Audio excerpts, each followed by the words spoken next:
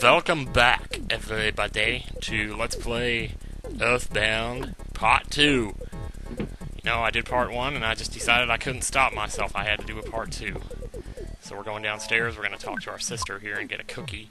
Well, you know, there's actually, you just push the L button to talk to him. You don't have to go to that menu every single time, but I haven't set the L button to a convenient key yet, so I need to go back in there and do that. But in the meantime, we'll just play it this way for now. Yeah, sure, you're cool, whatever. Yeah. And H.C. Bailey joins the party, alright, bring it on. And I guess we're gonna get Pokey to join too. You go out in front, I'll follow a safe distance. Yeah, you just do that. He joins, but he's pretty much worthless in battle. I think that like 1 out of every 10 times he might do 1 damage or something like that. His little brother Picky actually does more damage than he does. Hello, it's your dad. Yeah, also throughout the game you gotta keep an eye on keep an eye out for telephones, because that's how you're gonna save your game. If you were playing this on a Super Nintendo, I mean obviously, when you have save states it's not as big of a deal. But if you do call him, you can find out like how much is in your bank account. You can also find out how much more experience you need to get to the next level. So he can give you that kind of information. And he puts money into your bank account, so if you see an ATM machine, that's how you basically get your money out.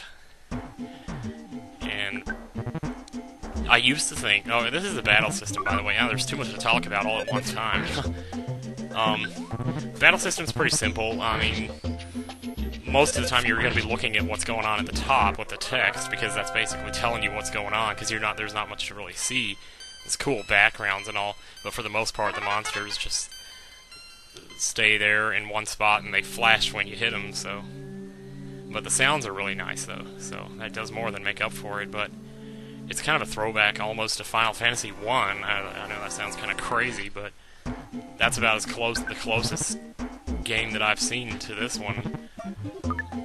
As far as, like, well, you know, how minimalistic it is, I guess. You know, I don't know how to describe it, really. It's just, obviously you're not seeing your characters do the actions and stuff, but in a way, oh my god, I'm about to die here.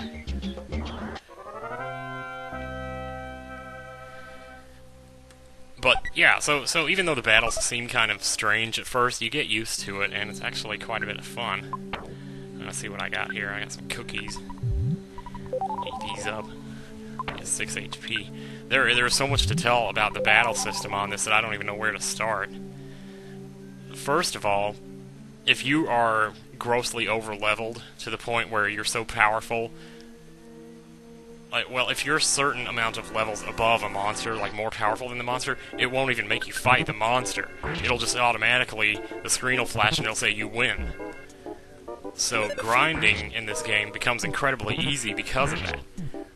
So you can actually like stick around and just, you know, beat the heck out of enemies without even having to go into the battle screen. And that helps tremendously. Makes it a lot more fun, I guess you could say. I'm kind of low on HP. At least I got that bread roll, though. Anyway. What? Dude, did you see that? He just stole my bread roll. The asshole. Oh, way to go, H.C. Bailey. Yeah. See, again, unless you're paying attention to the text box, you have no idea what's going on, so... That's where all the action is in the text box, so... You gotta get used to that. Well, he dropped a cookie. I guess that's something. That's not good, though, man. One more fight and I might be dead here. But yeah, so automatic wins, like, are the greatest thing ever. I don't know why they haven't put that in, like, every single RPG since this one. Because that's, like, the most brilliant feature there ever was. Because it doesn't make sense to go all the trouble of going into a battle if you know that you're powerful enough to win it automatically. So... But there's even more to it than that. There's also the issue of, like, if you manage to sneak up behind an enemy, you can get a first strike.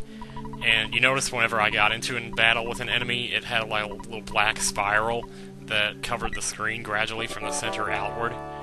Well, if you approach an enemy from behind, it'll show a green spiral instead of a black one.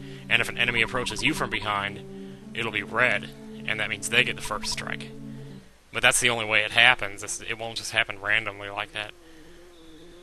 But the thing is, if you do get a first strike, that will play into how likely you are to get an automatic win. And sometimes you'll get an automatic win with the first strike, and sometimes you won't without it. But, like, if you're at a certain point.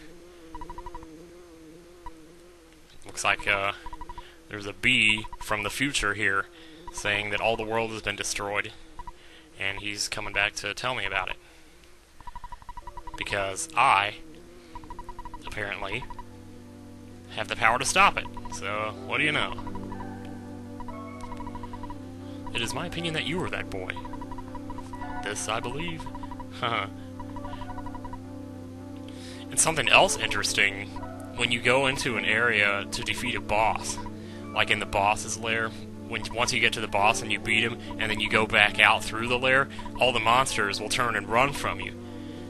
When you're on your way to the boss while he's still alive, they'll come after you. But once you've beaten the boss, you've kind of made it known, that you're more powerful than he is, and that'll scare the monsters, and they'll start running away from you. And when they run away from you, it's really easy to come up on them from behind, because they'll be facing the other way, obviously, because they're running away from you. So, that makes grinding very easy. Oh my god. Oh boy, yeah, that had to happen eventually, didn't it? Boy, oh boy. This is Saturday. Saturday is not a good day for me to do this kind of stuff, because it's like the worst time of the week at work.